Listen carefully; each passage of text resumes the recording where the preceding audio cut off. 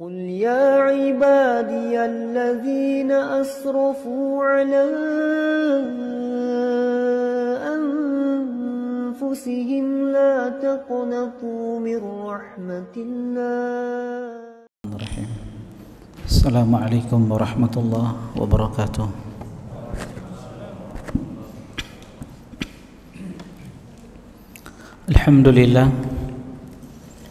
الحمد لله الكريم المنان ذي الفضل والإحسان الذي هدانا للإيمان، والصلاة والسلام على نبينا محمد النبي العدنان وعلى آله وصحبه ومن تبعهم بإحسان إلى يوم الدين. يا أيها الذين آمنوا اتقوا الله حق تقاته ولا تموتن إلا وأنتم مسلمون. أما بعد، فإن أصدق الحديث كتاب الله، وخير هدي هدي محمد صلى الله عليه وسلم، وشر الأمور محدثاتها، فإن كل محدثة بدعة وكل بدعة ضلالة وكل ضلالة في النار. Ma'asyiral muslimin, jamaah sekalian, teman-teman ikhwani wa akhwati fillah, hafizani wa hafizakumullah. Alhamdulillah, kembali kita berkumpul di tempat yang penuh berkah ini untuk kembali melanjutkan kajian rutin kita dari pembahasan kitab Al-Jadid fi syarhi kitab Tauhid karya Syekh Sulaiman Al-Qur'awi rahimahullahu ta'ala. Pembahasan tentang kitab Tauhid karya Syekhul Islam Muhammad bin Abdul Wahhab rahimahullahu ta'ala. Dan kita masih pada pembahasan bab yang ke-31 tentang rasa takut kepada Allah Subhanahu wa ta'ala. Pada pertemuan sebelumnya kita telah menjelaskan dua dalil yang dibawakan oleh penulis kitab Tauhid Syekhul Islam Muhammad bin Abdul Wahhab rahimahullahu ta'ala. Kita masuk pada dalil yang ketiga dalam di halaman 398. Allah Subhanahu wa ta'ala berfirman dalam surat Al-Ankabut ayat yang ke-10, wa minan nasi may yaqulu amanna billahi fa idza udhiya fillahi ja'ala fitnatan nasi ka'adzabillah wa la in jaa'a nasrun min rabbik la yaqulanna inna kunna ma'akum awalaysa Allahu bi'a'lama bima fi suduril alamin. Allah Subhanahu wa ta'ala berfirman, dan di antara manusia ada orang-orang yang berkata kami beriman kepada Allah, lalu apabila ia disakiti, ia diganggu karena keimanan dia kepada Allah Subhanahu wa ta'ala, karena ia berusaha untuk mengamalkan sunnah-sunnah Nabi sallallahu alaihi wasallam, maka ia jadikan fitnah manusia, celaan atau gangguan manusia sebagai azab Allah. Dan sungguh jika datang pertolongan dari Rabb-Mu, mereka pasti akan berkata sesungguhnya kami bersama kalian. Bukankah Allah Subhanahu wa ta'ala lebih mengetahui apa yang ada di dalam dada-dada manusia? Ma'asyiral muslimin, teman-teman sekalian, ikhwani wa akhwati fillah, hafizani wa hafizakumullah. Ayat ini secara umum berbicara tentang lemahnya keimanan sebagian manusia, orang-orang yang mereka mengatakan kami beriman kepada Allah, beriman kepada Rasulnya sallallahu alaihi wasallam. Sebab kelemahan iman mereka adalah kurangnya pengetahuan mereka tentang ilmu Allah Subhanahu wa ta'ala. Sehingga ketika mereka berusaha untuk melakukan ketaatan kepada Allah Subhanahu wa taala, berusaha untuk tunduk terhadap syariat Allah Subhanahu wa taala, maka merupakan sunnatullah bahwa orang-orang beriman itu pasti akan diuji, dicoba dengan gangguan manusia.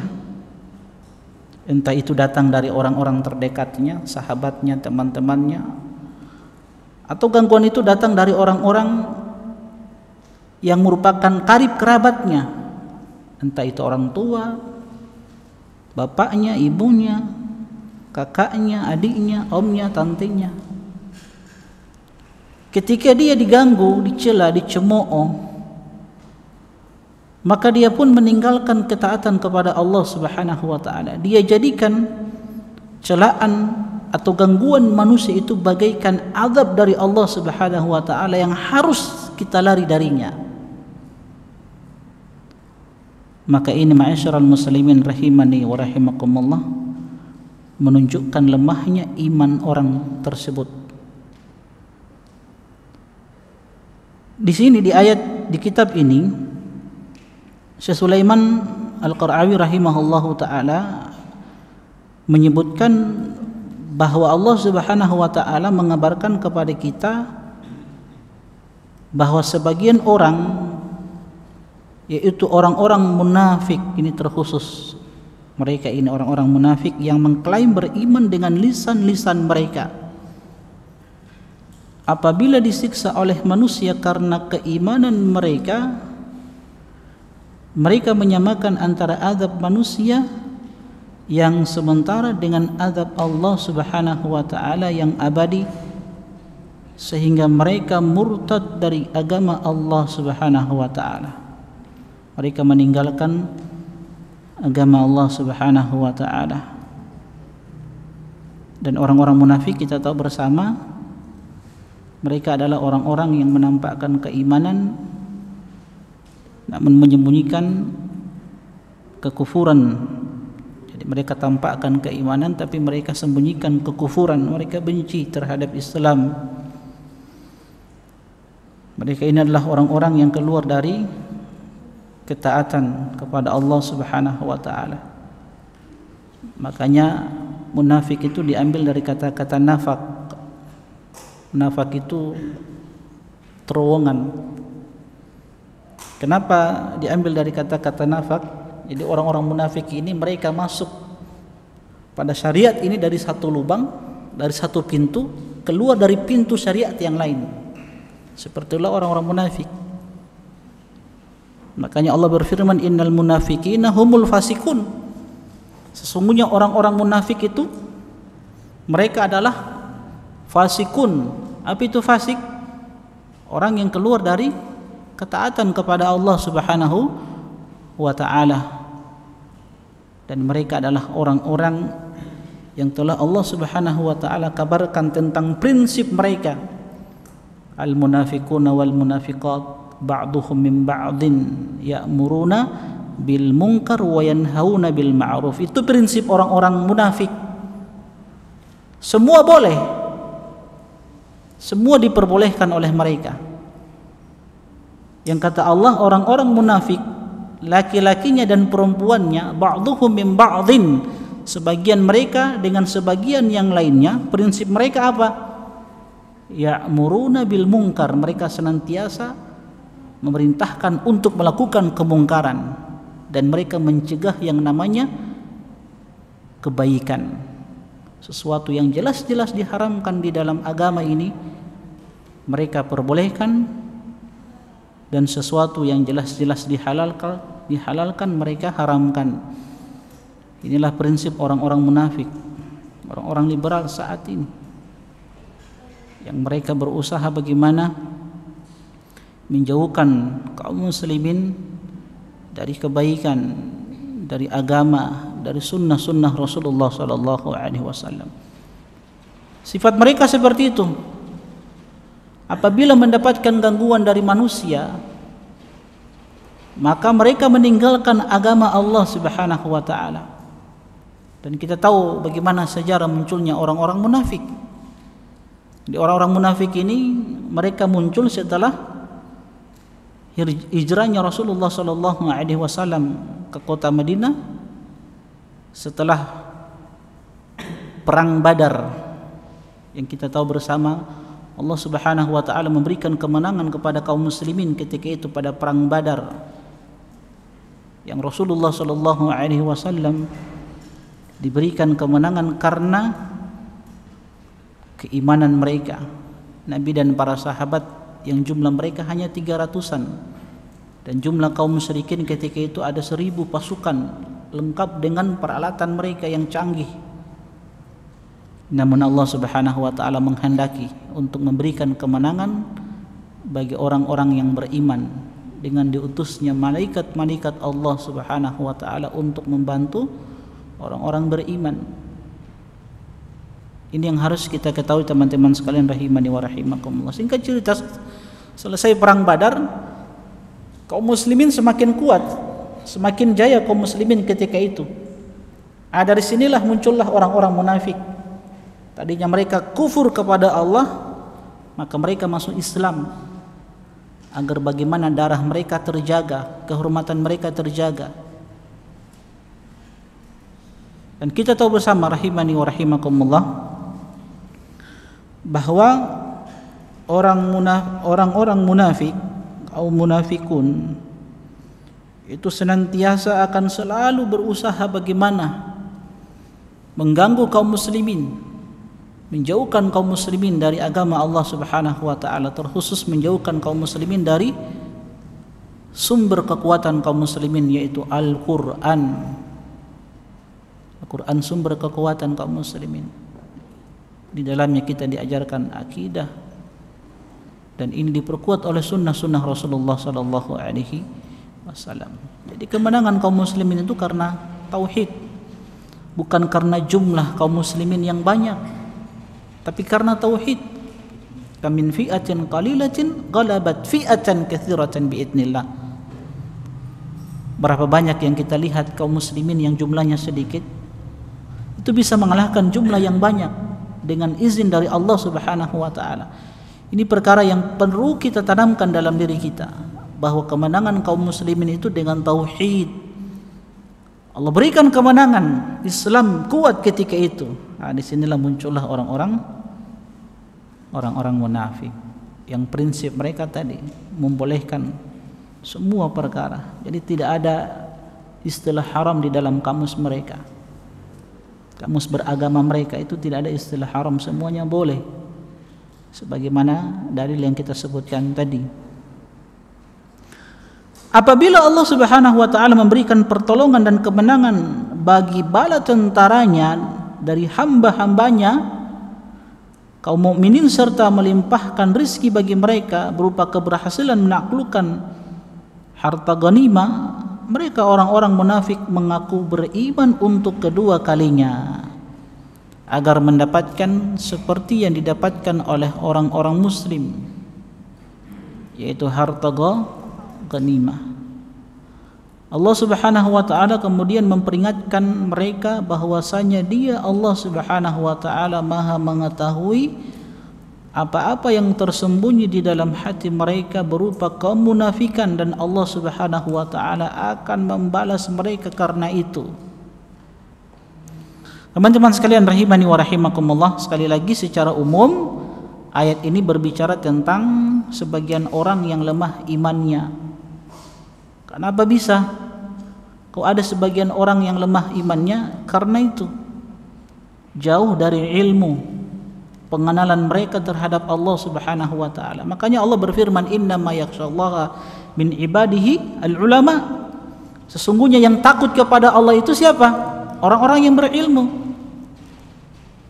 Artinya apa teman-teman sekalian? Iman itu akan senantiasa berjalan beriringan bersama ilmu kita tentang Allah Subhanahu wa taala. Artinya semakin kuat ilmu kita tentang Allah, maka akan semakin kuat keimanan kita. Sekali lagi saya ingatkan, sudah merupakan sunnatullah, orang-orang beriman itu akan diuji oleh Allah Subhanahu wa taala, entah itu dengan orang-orang terdekat kita, akan diuji. Alif Lam Mim ahasiban nas an yutraku an yaqulu amanna wa hum la yuftanun. Apakah mereka manusia mengira, menyangka bahwa kami akan biarkan mereka mengatakan kami beriman kepada Allah, wa hum la yuftanun, sedangkan mereka tidak diuji. Jadi ujian itu, teman-teman sekalian rahimani rahimakumullah, untuk mengukur sejauh mana bukti keimanan kita kepada Allah Subhanahu wa taala. Kita akan diuji dengan orang-orang yang berusaha menjauhkan kita dari kebaikan. Dan Allah Subhanahu wa taala ketika berbicara tentang nabi-nabinya, rasul-rasulnya, wa kadzalika ja'alna likulli nabiyyin aduwan syayatinal insi wal jinni. Yang demikian itu kami telah tetapkan untuk setiap nabi ada musuh. Ada musuh. Siapa musuh para nabi, para rasul? Syayatinal insi wal jinni.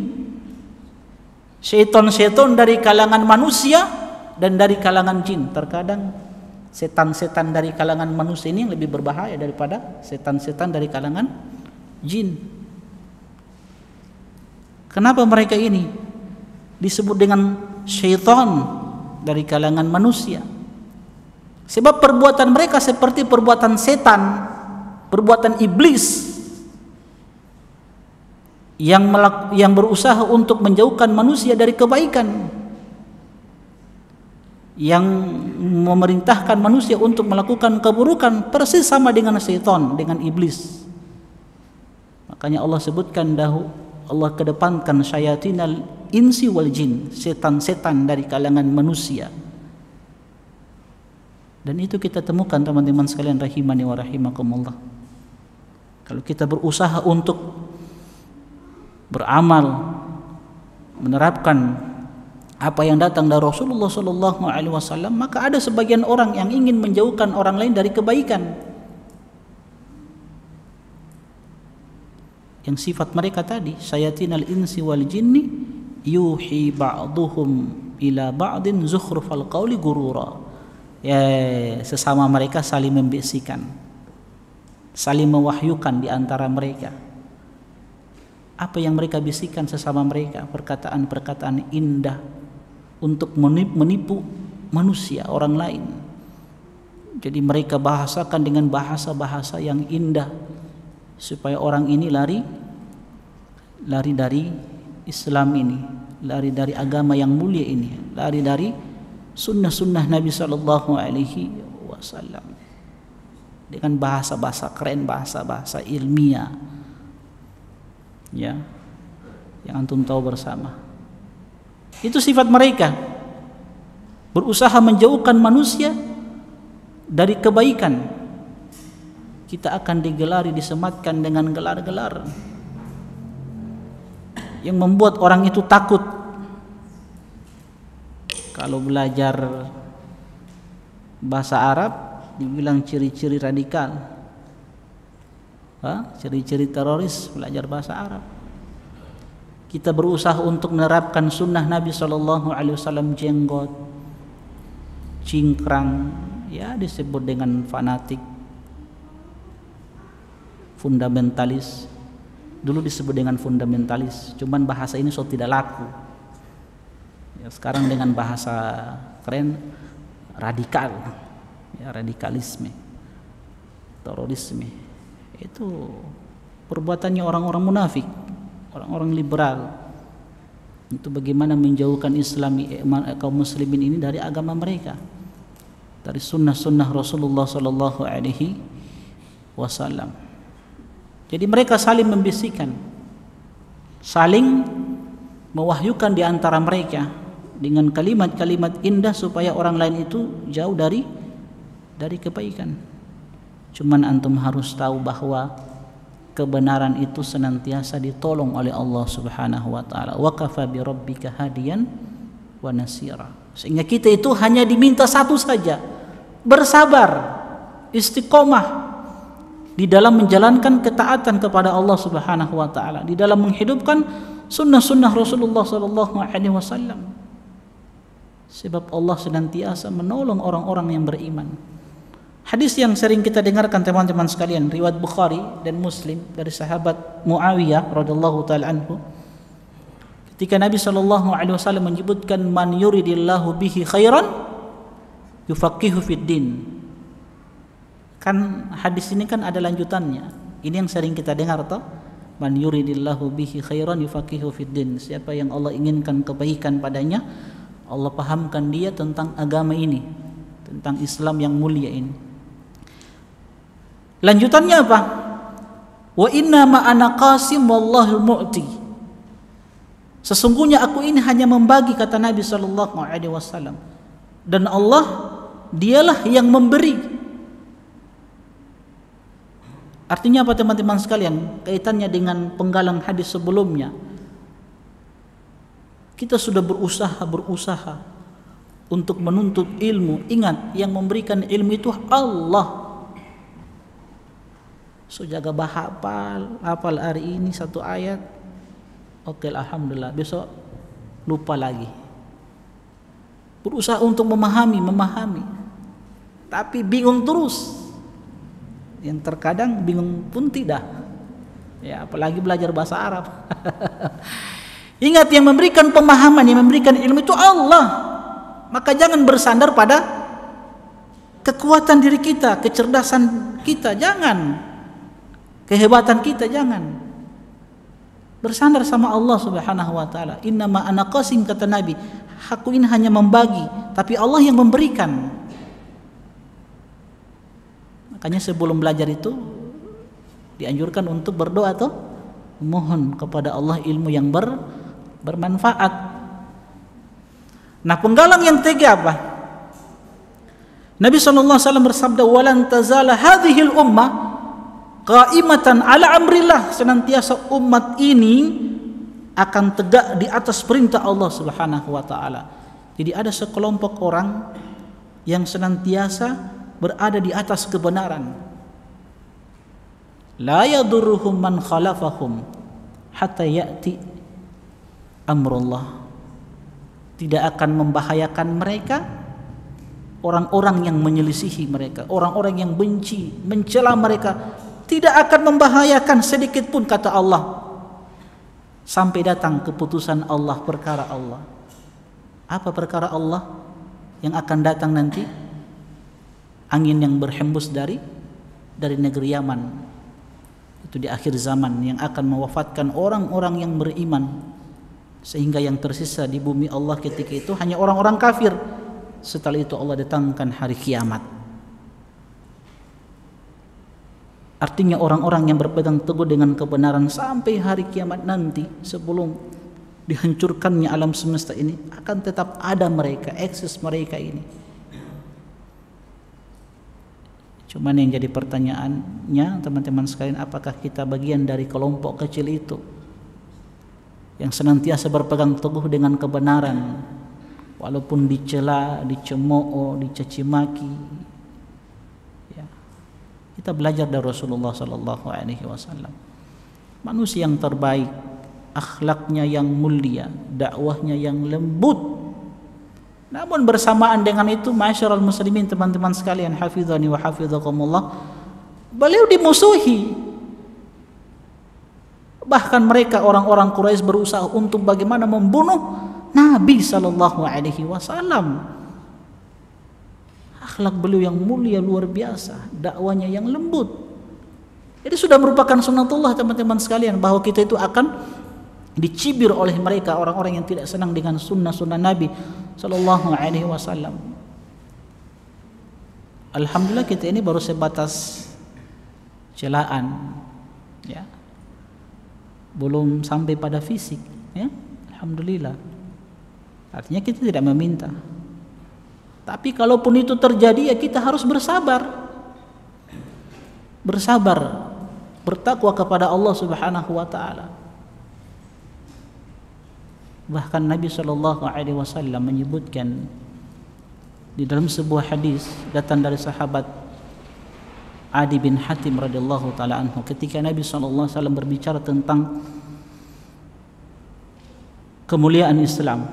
Ini masa depan Islam.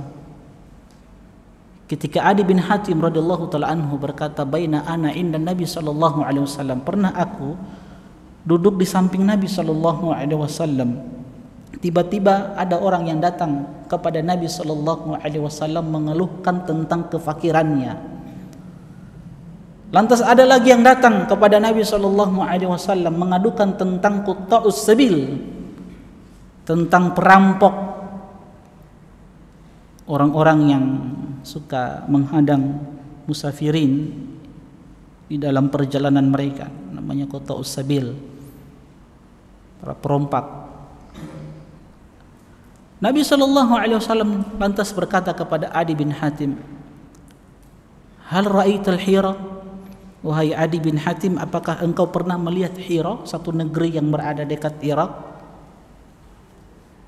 Kata Adi bin Hatim, "Lam araha ya Rasulullah." Aku belum pernah melihatnya. Walakin umbitu anha. Tapi kalau dengar-dengar pernah. Ana pernah dengar tentang Hira ini. Lantas apa kata Nabi sallallahu alaihi wasallam kepada Adi bin Hatim? "La tarayanna adh-dha'ina tartahilu minal Hira hatta tatufa bil Ka'bah la takhafu ahadan illallah." Adi bin Hatim dikatakan kepada Rasulullah SAW kemudian mengatakan kepada Adi bin Hatim, "Sungguh lau talat bika hayatun, kalau sekiranya Allah memberikan umur yang panjang kepadamu wahai Adi, la tarayannal dha'inata tartahilu minal Hira hatta tatufa bil Ka'bah." Engkau akan melihat seorang wanita yang menunggangi unta. Dia melakukan perjalanan dari negeri Hira sampai dia ke Ka'bah melakukan tawaf. La takhafu ahadan illallah. Wanita ini tidak takut kepada siapapun kecuali hanya takut kepada Allah Subhanahu wa taala. Bahwa memang ketika itu kaum muslimin sudah kuat. Ini masa depan Islam yang dikabarkan oleh Nabi sallallahu alaihi wasallam. Artinya apa teman-teman saya sekalian? Hafizani wa hafizakumullah, kita ingin mengingatkan bahwa sehebat apapun makar mereka, orang-orang yang benci dengan Islam, dengan sunnah Nabi sallallahu alaihi wasallam, tetap Islam ini akan ditolong. Agama ini tidak butuh kita. Kita yang butuh agama. Islam tidak butuh kita. Antum harus tahu itu. Tapi kita ini yang butuh dengan Islam. Coba kita belajar dari firman Allah Subhanahu wa taala ketika berbicara tentang orang-orang yang Allah cintai. Allah menyebutkan tentang sifat-sifat mereka. Man yartadda minkum an dini fasawfa ya'tillahu biqaumin yuhibbuhum wa yuhibbunah. Dalam surat Al-Maidah. Siapa di antara kalian yang murtad meninggalkan Islam ini, yang meninggalkan sunnah-sunnah Nabi sallallahu alaihi wasallam, kata Allah, fasawfa ya'tillahu biqaumin, Allah akan datangkan satu kaum, yuhibbuhum wa yuhibbuna, Allah cinta kepada mereka dan mereka pun cinta kepada Allah Subhanahu wa taala. Apa sifat mereka? Adillatin 'alal mu'minin, mereka berlemah lembut terhadap sesama orang-orang yang beriman. Mereka senantiasa menjaga ukhuwah di antara mereka. Itu sifat orang-orang beriman, sebagaimana sifat para sahabat. Kenapa? Karena Allah di dalam Al-Quran menyebutkan kepada kita, wa'tasimu bihablillahi jami'an wa la tafarraqu. Bersatulah kalian wahai orang-orang yang beriman. Jaga kebersamaan, jaga persahabatan, wa la tafarraqu, dan jangan berpecah belah. Jangan hancurkan ukhuwah kalian hanya untuk mendapatkan secul dari kenikmatan dunia. Sifat orang beriman, sesama mereka saling berkasih sayang. Aizzatin 'alal kafirin, mereka tegas dengan orang-orang kafir. Yang hak disampaikan, yang hak. Yujahiduna fi sabilillah, mereka senantiasa berjihad di jalan Allah Subhanahu wa taala. Wala yakhafuna laumata laim, mereka tidak pernah takut terhadap celaan orang-orang yang mencela, tidak pernah takut terhadap gangguan orang-orang yang suka mengganggu mereka. Mereka tidak takut kecuali hanya kepada Allah Subhanahu wa ta'ala.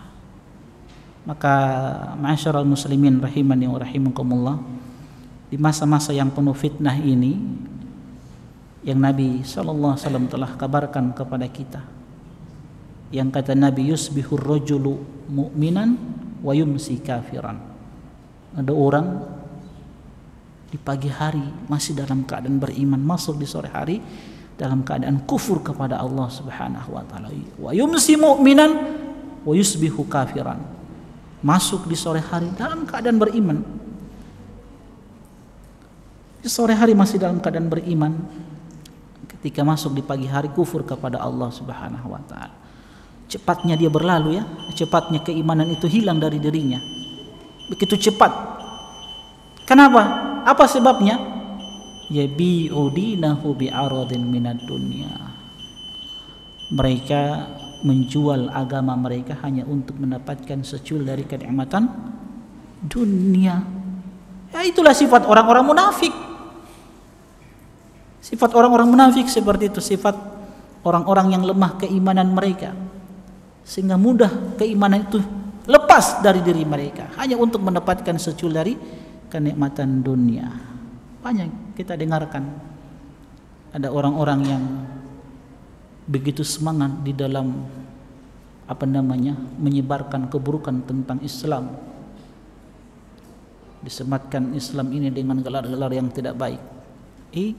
Besoknya diangkat, dikasih jabatan, atau anaknya yang dikasih jabatan. Banyak seperti itu, waliyadzubillah, hanya untuk mendapatkan secul dari kenikmatan dunia, waliyadzubillah. Teman-teman sekalian rahimani wa rahimakumullah, kita mau percepat ya. Kita sebagaimana yang saya janjikan pada pertemuan sebelumnya, kita akan selesaikan bab 31 ini ya. Apa faedah yang bisa kita petik? Pertama, bersabar terhadap gangguan di dalam agama adalah di antara tanda-tanda keimanan. Teman-teman sekalian rahimani wa rahimakumullah, hikmah yang perlu kita ketahui adanya mereka ini orang-orang yang senantiasa mencela, mengganggu kita, yang berusaha untuk mengamalkan apa yang datang dari Nabi kita, Nabi yang kita cintai, Rasulullah sallallahu alaihi wasallam. Hikmahnya, dengan adanya mereka ini kita bisa melaksanakan ibadah yang agung ini. Apa itu? Kesabaran. Nah, orang yang bersabar itu kata Allah apa? Innama yuwaffas sabiruna ajrahum bighairi hisab. Orang-orang yang bersabar itu ganjarannya luar biasa, diberikan pahala tanpa hisab, tanpa terhitung. Saking banyaknya balasan yang Allah Subhanahu wa taala berikan kepada mereka, sehingga ketika kita diganggu, dicela, difitnah, sudah biarkan saja, tidak usah digubris. Coba kita belajar dari petuahnya Imam Syafi'i rahimahullahu taala. Beliau pernah mengatakan, "Yukhatibunus safihu fa akrahu an akuna lahu mujiba." Aku ini yukhatibunus safihu bi kulli qabhin fa akrahu an akuna lahu mujiba. Aku ini digelari, disematkan dengan gelar-gelar yang tidak baik. Tapi aku tidak suka untuk merespon orang-orang seperti itu. Wa idza nataqas safihu fala tujibhu. Kalau ada orang-orang yang suka mengganggu kita, mencela kita, memfitnah kita, kata Imam Syafi'i, fala tujibhu, sudah jangan digubris, kasih biar, jangan dibalas. Fa khairun min ijabatihi sukutu, karena sebaik-baik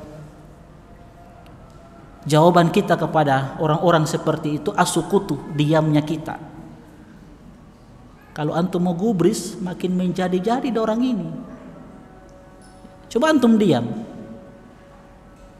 hilang fitnah mereka. Tapi kalau semakin antum mau gubris, antum mau tanggapi orang ini, ya sudah, menjadi-jadi orang suka itu, semakin viral. Taib, kita azan dulu ya. Sallallahu Nabi Muhammad wa ala alihi wasallam ajmain. Masyarul muslimin, Jemaah sekalian, ikhwani wa akhwati fillah, hafizani wa hafizakumullah. Faedah yang kedua, kata penulis kitab rahimahullahu ta'ala, haram hukumnya mendiamkan kebatilan di dalam agama. Yang ketiga, di antara tabiat orang munafik adalah melarikan diri di saat gundah dan berani di saat tamak.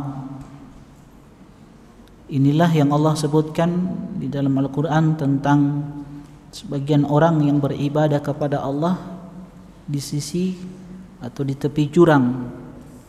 Wa minan nasi man ya'budullaha ala harfin. Ada sebagian orang, kata Allah, dia beribadah kepada Allah di tepi jurang. Fa in asabahu khairun itma'anna bih. Kalau dia diberikan nikmat, dikasih jabatan, dilimpahkan rezekinya, itma'anna bih. Oh, dia bahagia, dia senang dengan hal itu. Wa in asabathu fitnah inqalaba ala wajhihi. Tapi kalau dia diberikan fitnah, ujian, cobaan, celaan, gangguan manusia, inqalaba ala wajhihi, dia tinggalkan agama yang mulia ini, ditinggalkan sunnah-sunnah Nabi sallallahu alaihi wasallam. Khasirat dunya wal akhirah. Orang-orang seperti ini, kata Allah, rugi dunia dan rugi akhirat. Dzalika huwal khusranul mubin. Itulah orang yang betul-betul rugi dalam kehidupan dunia, apalagi dalam kehidupan akhirat. Sehingganya sekali lagi butuh kesabaran dan keistiqomahan, karena Allah berfirman, wa kafa bi rabbika hadiyan wa nasira. Cukuplah Allah sebagai pemberi hidayah, pemberi taufik, dan cukuplah Allah sebaik-baik penolong kita. Sekali lagi, Islam ini akan senantiasa ditolong oleh Allah Subhanahu wa taala. Jadi Islam tidak butuh kita ini, tapi kita butuh Islam. Kalaupun kita mau tinggalkan agama yang mulia ini, sebagaimana yang kita sampaikan tadi, Allah akan datangkan satu kaum yang Allah cinta mereka dan mereka pun cinta sama Allah dengan sifat-sifat yang Allah sebutkan tentang mereka. Salah satunya, wala yakhafuna laumata laim. Mereka tidak pernah takut terhadap celaan orang-orang yang mencelah, tidak pernah takut terhadap gangguan orang-orang yang suka mengganggu, tidak takut terhadap fitnah dari orang-orang yang suka memfitnah. Mereka hanya takut kepada Allah Subhanahu wa taala. Yang keempat, ilmu Allah itu meliputi segala sesuatu, zahir maupun batin. Tidak ada sesuatu pun yang kita lakukan di bumi ini yang nampak ataupun yang tersembunyi, kecuali pasti diketahui oleh Allah Subhanahu wa taala.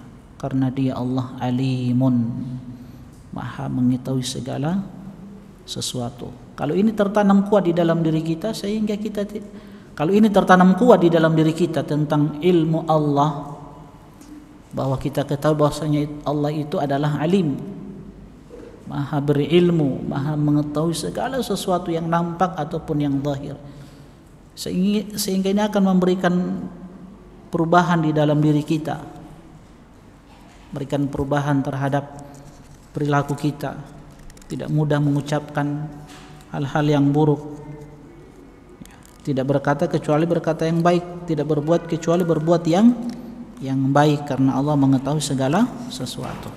Apa hubungan ayat ini dengan judul bab? Hubungannya adalah karena ayat ini menunjukkan haramnya menyamakan rasa takut kepada Allah dengan rasa takut kepada makhluk. Hubungan ayat ini dengan tauhid adalah karena ayat ini menunjukkan wajibnya mendahulukan rasa takut kepada Allah daripada takut kepada selainnya, yang karenanya maka rasa takut itu merupakan ibadah, dan memalingkan ibadah kepada selain Allah adalah sebuah kesyirikan. Baik teman-teman sekalian rahimani wa rahimakumullah, kita masuk dalil yang keempat. Percepat ya, kita tidak mau panjang lebar. Dari Abu Sa'id Al-Khudri radhiyallahu taala anhu secara marfu',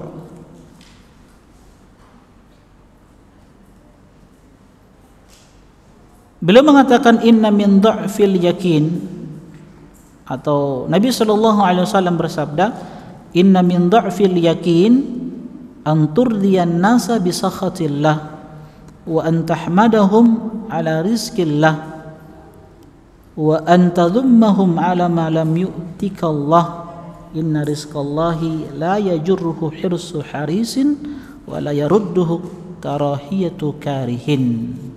Kata Nabi SAW, sesungguhnya di antara kelemahan keyakinan adalah engkau berusaha membuat manusia ridho dengan kemurkaan Allah Subhanahu wa taala.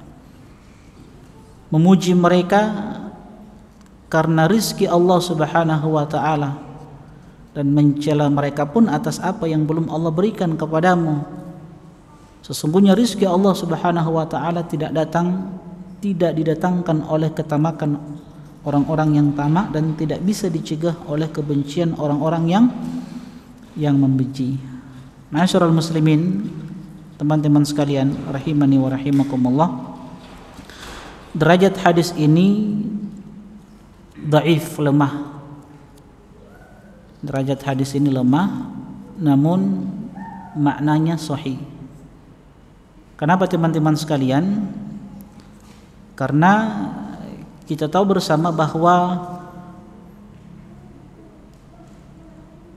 dalil-dalil umum menunjukkan bahwa seorang hamba, seorang muslim, muslimah wajib untuk mencari ridha Allah Subhanahu wa taala. Wajib untuk yakin kepada Allah. Sekali lagi, kalau kita melihat dalil-dalil umum, ini hadis dhaif, lemah. Tapi kata para ulama, maknanya sahih. Sebagaimana hadis ad-du'a mukhul ibadah, doa itu adalah otaknya ibadah. Hadis ini juga lemah, tapi maknanya sahih. Kalau kita melihat dalil-dalil umum, ya, dalil umum yang ada, yang disebutkan oleh Allah dan Rasulnya Sallallahu Alaihi Wasallam, maka seorang muslim itu wajib untuk mencari ridha Allah, bukan mencari ridha manusia. Seorang muslim, muslimah wajib untuk yakin kepada Allah, bukan yakin kepada manusia. Nah, teman-teman sekalian rahimani wa rahimakumullah, di dalam hadis ini terdapat beberapa perkara yang kata para ulama ini menunjukkan lemahnya iman seseorang. Ada 3 perkara. Apa 3 perkara itu? Pertama, mencari ridho manusia dengan kemurkaan dari Allah Subhanahu wa taala. Kita tahu bersama sebagaimana dikatakan oleh Syekhul Islam Ibnu Taimiyah, al-insanu madaniyun bitabi'ihi. Manusia itu makhluk sosial. Kan begitu? Artinya tidak lepas dari interaksi dengan orang-orang di sekitar kita. Kita butuh orang lain. Karena memang kita makhluk sosial. Nah, terkadang di dalam berinteraksi dengan orang-orang yang ada di sekitar kita, kita dihadapkan dengan 2 hal, 2 perkara. Pertama, diuji dengan hal-hal yang itu menguji keimanan kita. Dihadapkan dengan mencari ridho orang, ridho manusia, atau mencari ridho Allah. Kita ambil contoh saja, tidak usah jauh-jauh panjang lebar mau jelaskan. Kita ambil contoh. Ketika kita tinggal di satu masyarakat, yang masyarakat itu rata-rata suka melakukan kemaksiatan. Dorang suka dengan musik, minum khamar. Kita yang tinggal di masyarakat itu hanya seorang diri yang berusaha untuk apa? Komitmen menjalankan perintah Allah, meninggalkan larangan-larangan Allah Subhanahu wa taala. Nah, terkadang kalau kita dihadapkan dengan kondisi seperti ini, kan orang-orang kan pasti akan berkata-kata yang tidak baik tentang kita. Ya, mau tidak mau karena kita hidup di masyarakat yang seperti itu, kadang kita mau cari ridho orang supaya orang senang dengan kita, toh akhirnya kita lakukan apa yang membuat Allah itu murka kepada kita. Kadang kita dihadapkan seperti itu. Atau di kantor kita, Ada teman-teman ya Masya Allah yang ya suka melakukan hal-hal yang terlarang. Ada tanda tangan palsu ya. Cuma seorang diri ini yang berusaha untuk komitmen, jujur ya. Kalau tidak tanda tangan, nanti teman-teman yang lain tidak bisa berkorupsi ya. Kadang kita dihadapkan dengan hal seperti ini. Mau tanda tangan tidak ya? Kalau tidak tanda tangan nanti dibilang beginilah, terlalu fundamentalis lah, beginilah, terlalu fanatik lah, toh. Kalau tidak mau tanda tangani, kalau mau tanda tangan nanti mereka puji, senang dengan kita. Nah, ini akan teruji teman-teman sekalian. Nah, kalau kita mendahulukan ridho manusia dengan mencari kemurkaan Allah, maka Allah Subhanahu wa taala akan menjadikan orang-orang itu benci terhadap kita. Sebaliknya kalau kita mencari ridha Allah Subhanahu wa taala, maka Allah Subhanahu wa taala akan jadikan orang-orang akan ridho terhadap kita. Ingat, kalau kita beramal, berbuat hanya untuk mencari ridha manusia, saya sering sampaikan, mau capek orang ini, lalah. Sebab kata para ulama, ridho nas goyatun la tudrak. Ridho manusia itu sesuatu yang sulit untuk kita gapai, sesuatu yang sulit untuk kita raih. Wa ridallah ghayatun la tutrak. Sedangkan ridha Allah sesuatu yang tidak boleh kita tinggalkan. Fatruk ma la yudrak wa adrik ma la yutrak. Maka tinggalkan sesuatu yang antum tidak bisa dapatkan dari ridha manusia. Tinggalkan. Dan gapailah sesuatu yang antum tidak boleh tinggalkan. Apa itu? Mencari ridho Allah Subhanahu wa taala. Sekali lagi, sebagaimana yang kita sampaikan, sudah merupakan sunnatullah bahwa ketika kita melakukan kebaikan, kita akan dicemooh, kita akan dicela, kita akan dikucilkan. Ya. Maka sekali lagi butuh kesabaran, keistiqomahan, dan banyak-banyak berdoa kepada Allah Subhanahu wa taala. Yang kedua apa? Yang menunjukkan lemahnya iman seseorang dari hadis yang mulia ini, yaitu memuji manusia atas rizki Allah Subhanahu wa taala yang diberikan kepadanya. Memuji manusia atas rizki dari Allah Subhanahu wa taala yang diberikan kepadanya. Ada seseorang yang memberikan bantuannya, pertolongannya kepada kita. Artinya dengan sebab itu, dengan sebab orang ini, Allah berikan rezekinya kepada kita. Sehingga apa? Sehingga ada seseorang yang berbuat baik kepada kita, dia bantu kita. Akhirnya kita puji orang itu secara berlebihan. Kita angkat kedudukannya, kita sanjung-sanjung. Sehingga kita melupakan bahwa yang memberikan rezeki itu sebenarnya siapa? Allah. Dia itu cuma jadi penyebab. Kadang di sebagian manusia begitu, sehingga ketika ada orang berbuat baik kepadanya, dia puji, dia sanjung. Padahal syariat mengajarkan kepada kita, kalau ada orang berbuat baik kepada kita, apa yang kita lakukan? Pertama bersyukur, berterima kasih kepadanya, kan? Terima kasih. Kalau kita bisa balas kebaikannya, balas.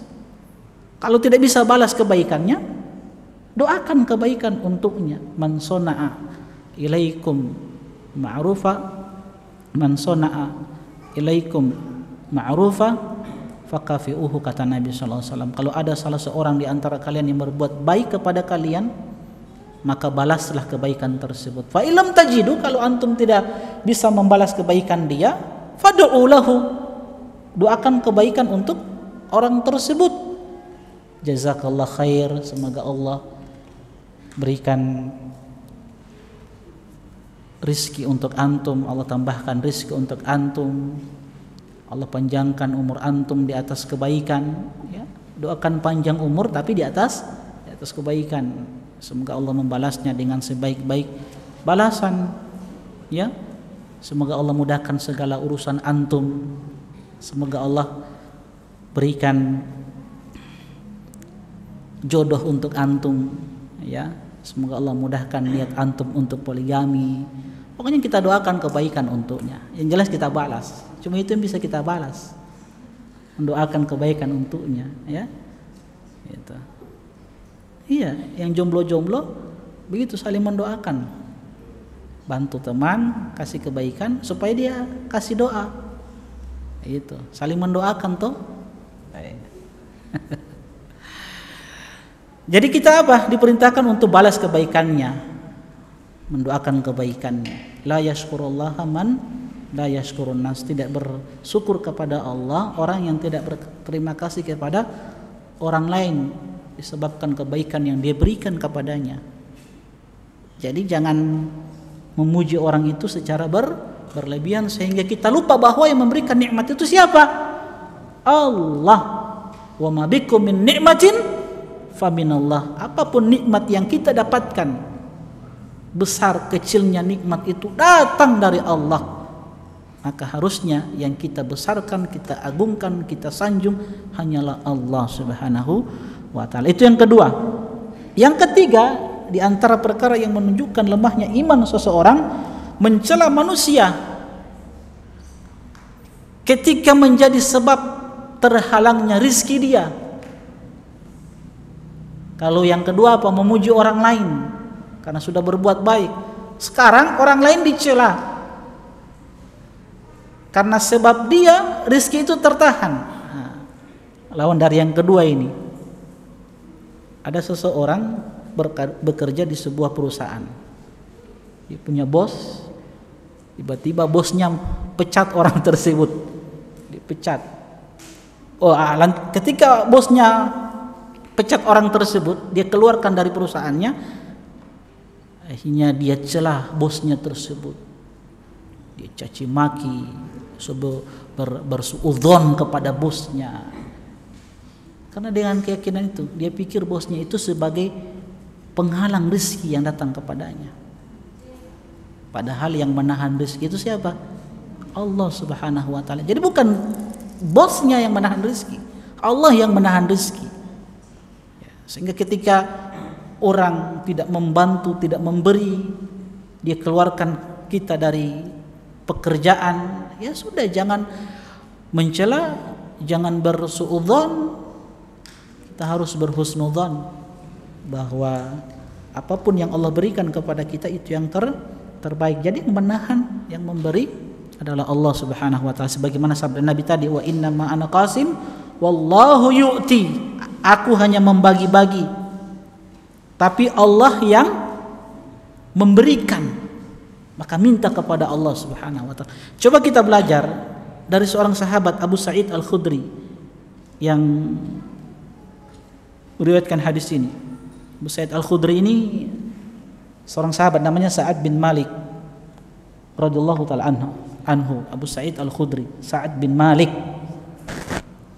Nah, beliau ini sahabat yang paling muda ketika Nabi SAW meninggal dunia.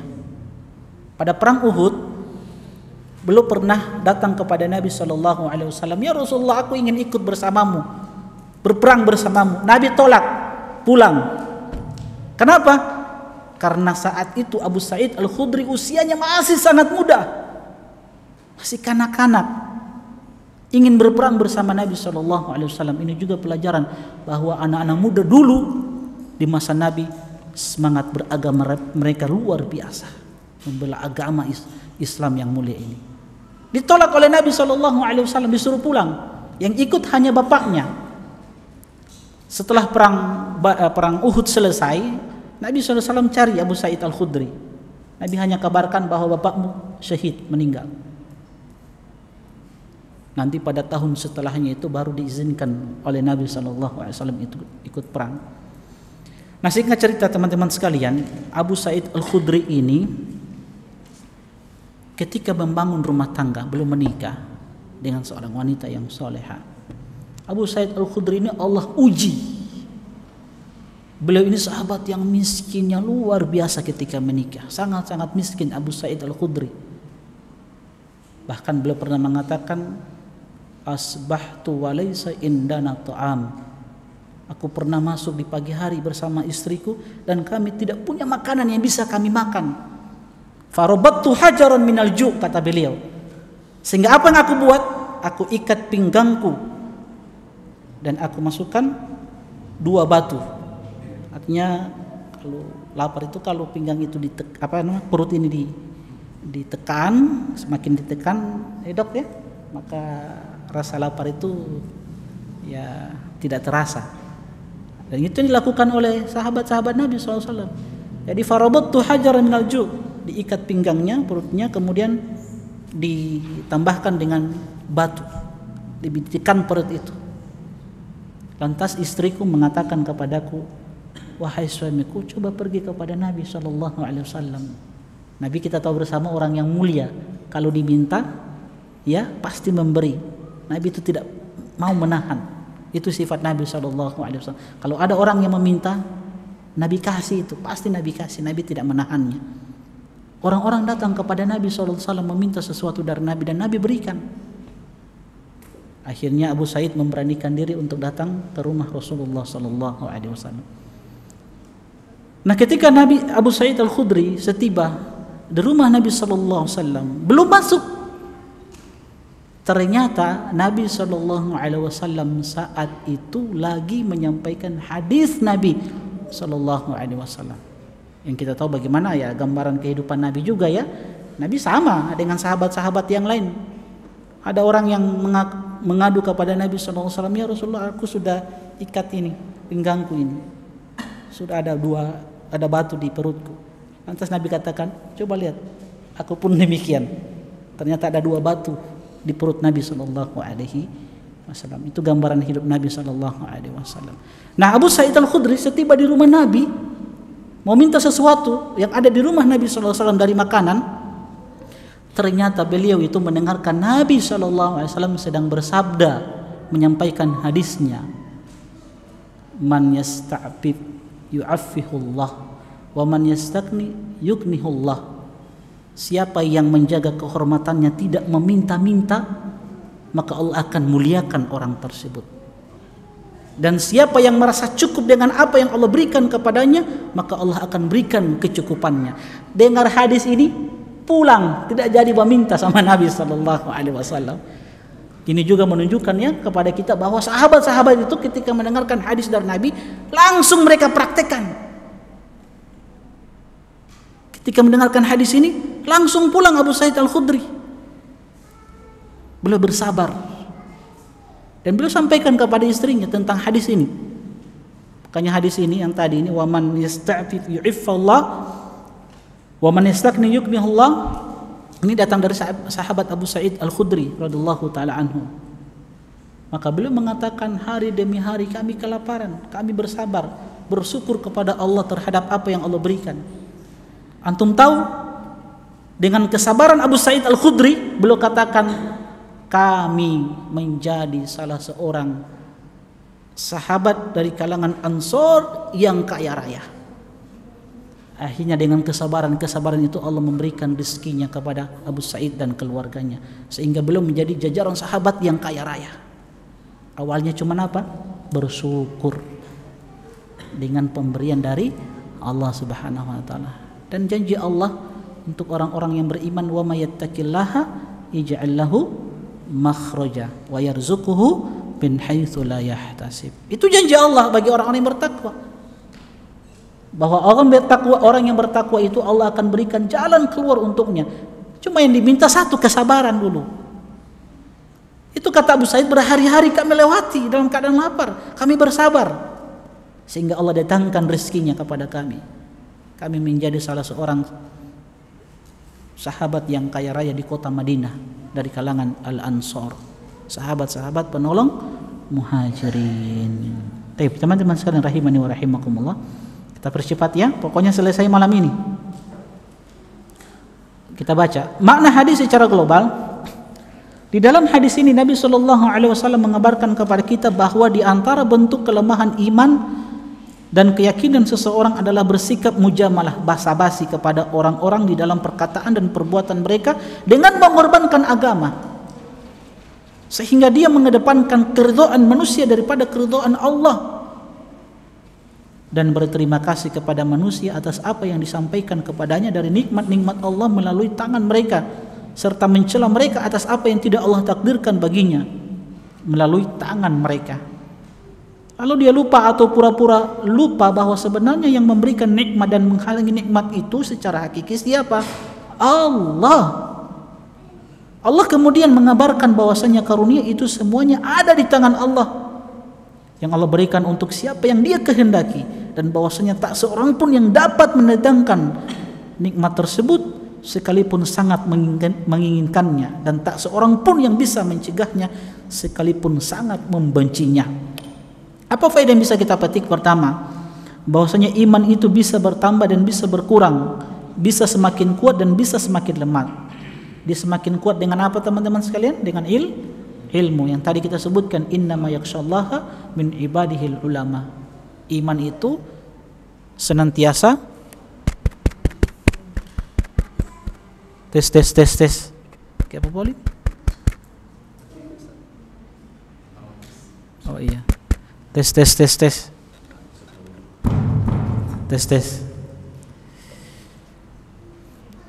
Jadi iman itu teman-teman sekalian senantiasa berjalan, berbaringan bersamaan dengan apa? Ilmu kita tentang Allah. Semakin kuat ilmu kita, maka semakin kuat keimanan kita kepada Allah Subhanahu wa ta'ala.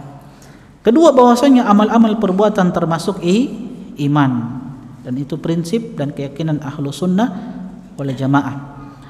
Ketiga, hadis ini menetapkan sifat murka bagi Allah, bahwasanya Allah itu marah, Allah itu murka. Tapi jangan kita tetapkan nama Allah sebagai ghadib, tidak boleh. Ya, ini prinsip Ahlussunnah yang kita belajar sifat-sifat, nama-nama dan sifat Allah. Jadi semua nama Allah itu mengandung sifat, tapi tidak semua sifat itu mengandung nama Allah. Contoh, Allah itu marah, murka, tapi nama Allah bukan apa? Bukan ghadib, maha pemarah, tidak. Paham ya? Jadi sifat Allah itu murka. Tapi jangan tetapkan nama Allah maha pemarah, tidak. Bukan ghadib. Tapi semua nama Allah itu mengandung sifat, tapi tidak semua sifat mengandung nama Allah. Paham ya? Itu kaidah dalam asma dan sifat-sifat Allah Subhanahu wa ta'ala. Keempat, haram hukumnya berterima kasih kepada manusia apabila disertai keyakinan. Nah, jadi itu yang saya mau terlupakan tadi. Jadi itu keyakinan kita Ahlussunnah wal Jamaah, tidak menetapkan sesuatu kecuali apa yang ditetapkan oleh Allah dan Rasulullah sallallahu alaihi wasallam.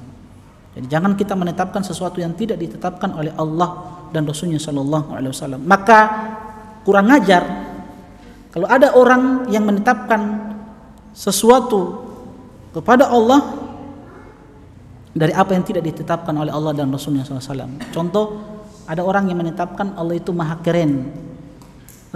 Dia bilang Allah maha keren. Nah, itu kurang ajar itu.